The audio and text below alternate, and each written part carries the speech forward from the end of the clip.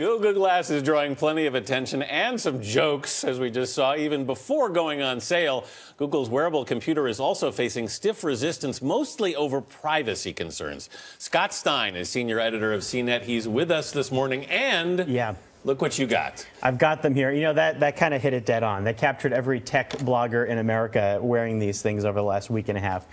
So yeah, you know, I can't use them with regular glasses, and I had to get contacts in order to actually test them out? Just to test them out. You can lay them on top, but it's not recommended. And yeah, what you saw, I mean, you get a screen that pops up here, and you do have to do some head motions to turn it on.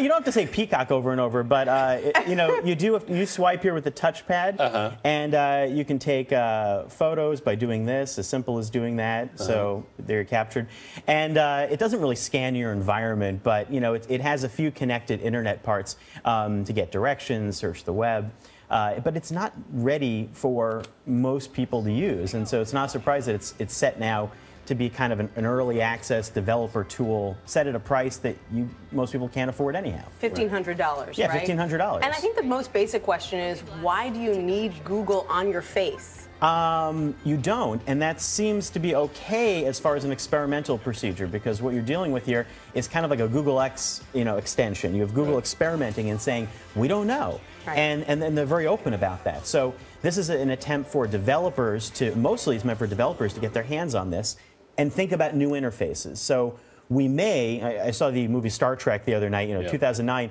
you see Scotty's wearing something that looks almost exactly like this.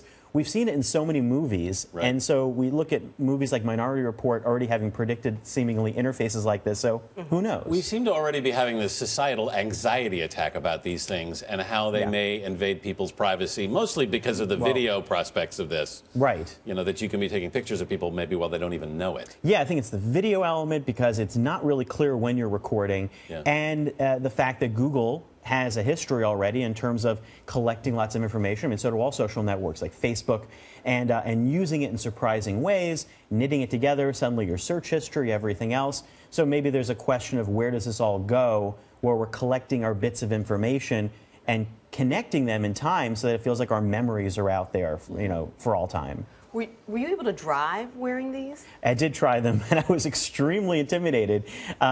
It works better than staring at your phone in a car, obviously.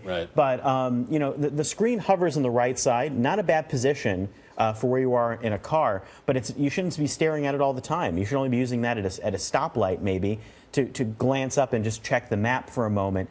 They're going to have to really work that out. I mean, you're dealing with, with cars and safety. Any bit of distraction is a huge issue. So these are very early days for that. I don't know where. I think it might be better to maybe display that on a dashboard. Based on what you've experienced with this, do you think this is something that ultimately is going to be something we're all wearing?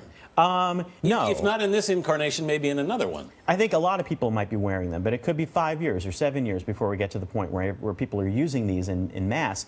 I think it'll be a tool, like a Bluetooth earpiece. If you see what this is like, it's lightweight. It's relatively easy to get going and use, but to dig in and use the rest of the features, it's confusing. Oh, that's hot. Yeah, you tap the side to get that thing turned on. Do they have them in gold? I don't know if silver is my color. Just titanium right now. You got some different colors on the side, though. White, black, I want prescription lenses on mine. No? Yeah. I think it'll take some time for this to catch on, because it looks invasive, but I think that there are some uses. I think you could see, like, certain rescue teams or other people using them. I think that you could see, I'm not sure about medical, but I think that anywhere that you'd need a remote report, maybe an on-the-field reporter, like a teleprompter. When you do video chat with these, you can actually send messages that appear on there, which is interesting because you can actually give commands and information to somebody who's doing something and say, well, move that over to the left a bit or to the right, and maybe send more detailed information in the future. All right. Scott Stein, thank you so much for bringing these along.